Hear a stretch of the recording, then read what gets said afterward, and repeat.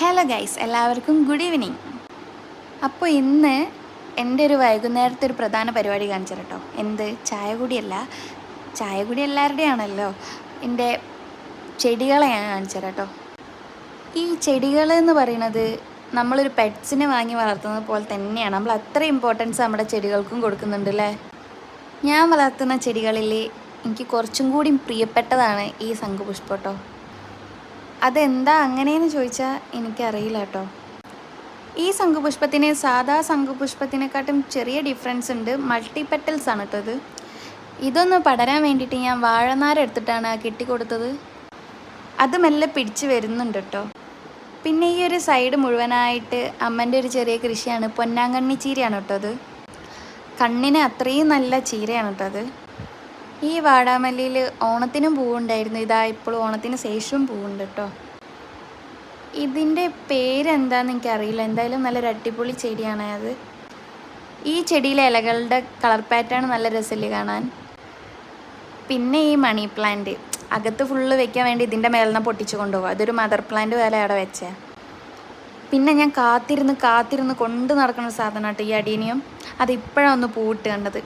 ചെറുതാവുമ്പോൾ തൊട്ടിട്ട് അതിനെ വളർത്തുന്നുണ്ട്. പിന്നെ വേറൊരു കളറുണ്ട്, അതിൻ്റെ കളർ എന്താണെന്ന് അറിയില്ല, ഇതുവരെ പൂവിട്ടിട്ടില്ല. അതുപോലെ ഇത് മാറ്റി കുഴിച്ചിടാനായുണ്ട് കേട്ടോ. പിന്നെ ഈ ചെടി നമ്മൾ ഹാങ്ങിങ് പോട്ട്സിലാണ് നടാറുള്ളത്. ഞാനൊരു വെറൈറ്റിക്ക് നിലത്താണ്ട് കുഴിച്ചിട്ട്. ഞങ്ങളധികം വെയിൽ വേണ്ടാത്ത ചെടികളൊക്കെ നമ്മുടെ എന്താ പറയുക സിറ്റ് ഔട്ടിൻ്റെ അടിയിൽ കുറച്ച് സ്പേസ് ഉണ്ട്. അപ്പോൾ അവിടെ എങ്ങനെയാണ് കേട്ടോ നട്ട് വെച്ചത്. അവിടെ ആയതുകൊണ്ട് ഒരു ബുദ്ധിമുട്ടില്ലാണ്ട് വളരുന്നുണ്ട്. ഇത് പിന്നെ നമ്മുടെ ശവനാറിപ്പൂവ്. പിന്നെ ഇതിൻ്റെ ഒരു വൈറ്റും കൂടെ ഉണ്ട്, പക്ഷേ എനിക്ക് അതിൻ്റെ കുറച്ച് കളേഴ്സ് കൂടെ വേണം. ഈ ഒരു പൂങ്ങൾ കണ്ടില്ലേ, അതിനെന്തൊരു മണമെന്നറിയോ. ഇതൊരു വീട്ടിൽ കണ്ടിട്ട് അത് അവരുടെ അടുത്തുനിന്ന് വാങ്ങിക്കാണ്ട് വരാൻ തോന്നിയില്ല. അങ്ങനെ അവിടെ നിന്ന് മേടിച്ച് വന്നാട്ടോ അത്. ഇതും അതേപോലെ തന്നെ ഒരു വീട്ടിൽ നിന്ന് കൊണ്ടുവന്നതാണ്. ഇതിൻ്റെ പേര് പരിച എന്നെങ്ങാണ്ടോ ആണെന്ന് അമ്മ പറയണേ കേട്ട്, അറിയില്ല. ഇത് ചൈന ഡോള്. ഇത് നമ്മുടെ മുന്നിൽ തന്നെയാണ് വെച്ചത്. ഇത് നല്ല അടിപൊളിയായിട്ട് വളരുന്നുണ്ട് ഇപ്പോൾ. പിന്നെ ഈ വലിയ മരം നമ്മുടെ കണിക്കൊന്നയാണ്. അതൊരു പ്രത്യേക സാഹചര്യത്തിൽ മുറിക്കേണ്ടി വന്നു, എന്നാലും അത് തളിരിടുന്നുണ്ട്. പിന്നെ നമുക്കൊരു ചെറിയ ആമ്പൽക്കുളം സെറ്റപ്പ് ഉണ്ട് കേട്ടോ. ആ ഇലകൾ അങ്ങനെ കിടക്കുന്നത് നോക്കണ്ട. കിളികൾ കുളിക്കാൻ വരുമ്പോൾ ഇലകളൊക്കെ നശിപ്പിച്ച് കളയാം.